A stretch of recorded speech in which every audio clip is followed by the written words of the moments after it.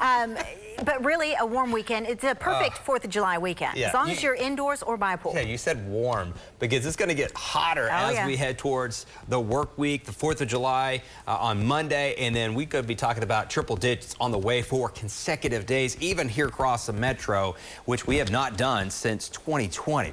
Right now, we are tracking some storms. Look at those dark clouds. There's been some rain and even temperatures into the 70s across portions of north central Oklahoma because of rain-cooled air. Let's go out in the field and talk to Val and Amy Castor near Garber. Some lightning, some winds. Go ahead and give us a report of what you've been seeing here, Val. Yeah, so, Justin, we have been in and out of several of these storms in the past several hours. And, for the most part, these storms are sub-severe, so not super dangerous, I guess you could say.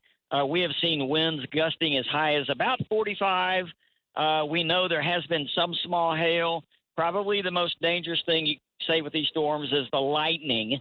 But all in all, just a little bit of beneficial rain for people that are lucky enough to be under them. Justin? Yeah, that is for sure a lucky ones. Not everybody is seeing that rain-cooled air or even that liquid sunshine that's falling and that rain. And some areas up towards Enid have reported up to a quarter to a half an inch. And there was one severe storm here north of Enid, a couple miles north, quarter-size hail reported in 50 miles per hour wind and 0.3 of an inch of rain that came down in 15 minutes as that cluster of rain has kind of fizzled out and weakened. As we see these pulse-type thunderstorms, and they're at jet stream energy aloft. So it doesn't help ventilate the storm. So what happens is that warm air rises, become clouds, the storms, the rains fall, and that rain-cooled air falls underneath the storm and chokes it. And so it doesn't have that energy, and so it dies off, and another storm develops along and around that rain-cooled air. And that's why we say pulse-type summer thunderstorms. So no rhyme or reason where these thunderstorms are developing, but you can see a little bit of a boundary here from Wichita, Kansas, southwest through Enid and Fairview and down towards Sayre, a couple heavier downpours. But again, marginal severe threat, low threat of some gusty winds 50 to 60 miles an hour, and maybe some dime to quarter-size hail at best. Most areas will not see any hail, a wind gust of 40, and just a heavy downpour. But like Val mentioned, everybody's out and about for the 4th of July, camping out, area lakes.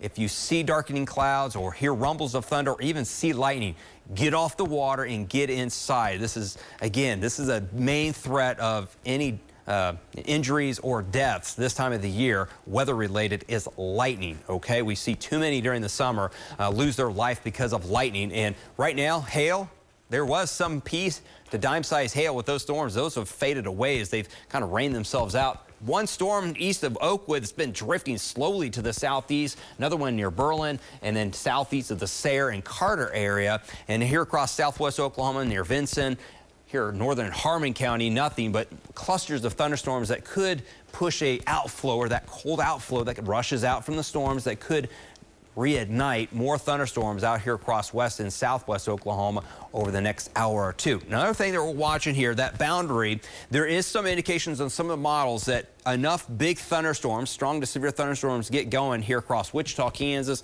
and southeast Kansas, that it pushes off towards the south, and especially along and east of I-35, there might be additional thunderstorms to deal with later on this evening into the overnight. So we'll have to wait and see, but nonetheless, a lot of us, especially here across the metro, have just seen sunshine and heat. 93 degrees, a southeast wind at around 10, rain-cooled 70s and 80s up towards Enid compared to the lower 100s across southwest Oklahoma. Our average date here to hit the century mark is July 10th. Last 3 years, none last year, and August 28th, like I mentioned, was our last time officially here in Oklahoma City. We saw a 100-degree high temperature.